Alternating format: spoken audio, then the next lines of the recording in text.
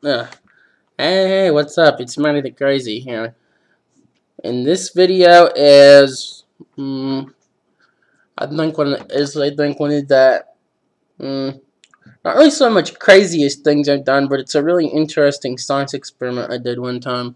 And I would show setting it up on the video, but unfortunately that takes a really long time. About a week, depends on the air temperature and the humidity, which will be explainable once I tell you how I did it. Anyway, but first let me move the keyboard out of the way and put the webcam down the table. It might be easier to do this. There we go.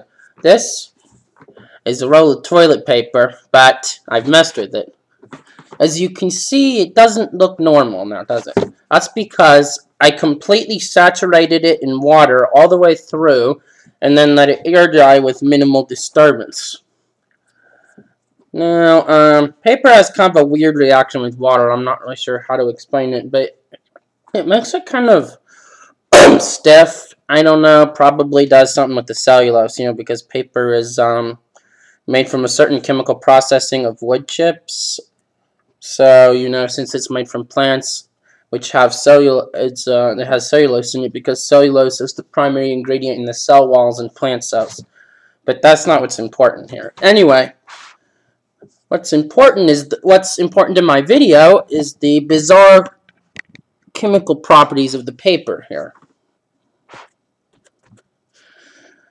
Normally, you don't think about toilet paper being very hard. And this is one of my mom's knives from home, and I specifically asked her to bring me the pointiest one that she can find. See?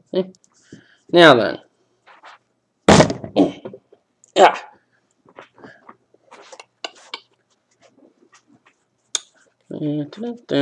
Notice it didn't even go halfway through it. You can't even see it in the things. I'll end up right.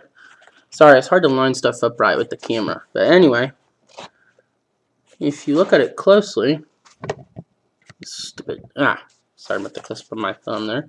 There we go. Notice it didn't even go to the space in the middle. That's because the water cements the layers of paper together, and then together they become freaking hard as a rock.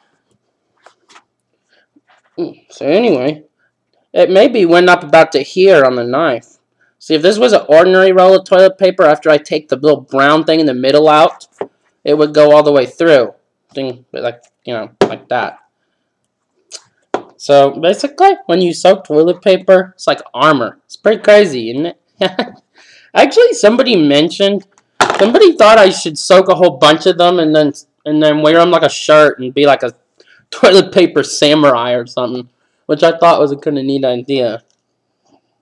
Yeah, but thing is, they take forever to air dry, and I don't have that many of them anyway, and I don't have my own vehicle to go shopping. But, I will totally do that idea if I can get some donations of, say, maybe 100 or 200 or something rolls of toilet paper. Yeah. Or if somebody could take me shopping, I can go buy a bunch or something, maybe. I don't know. No, whatever. But, yeah. I think it was, as I recall, I believe it was J.B. Wine. I'm not sure. But anyway, he suggested that I put a suit of armor made from soaked and dried out toilet paper and be like a samurai and go on the finals week or something. It was kind of a funny idea. Unfortunately, though, I don't have anywhere near enough of these to make clothing out of, even if I could. I'd probably need a couple more rolls of duct tape, too. I'm pretty sure I don't have enough of that. But, hey, if I can get someone to help me get the supplies, I will totally do that,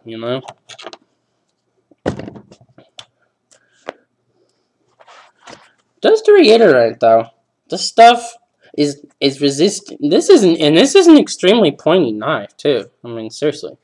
If I can get a good view on it. Yeah, see? Looks like a sword, right?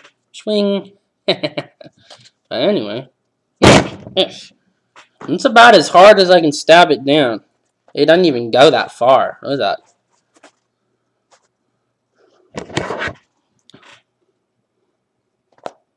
Barely went in it. Barely went in it. Maybe 10, 20 layers or something. Maybe 30. I don't know.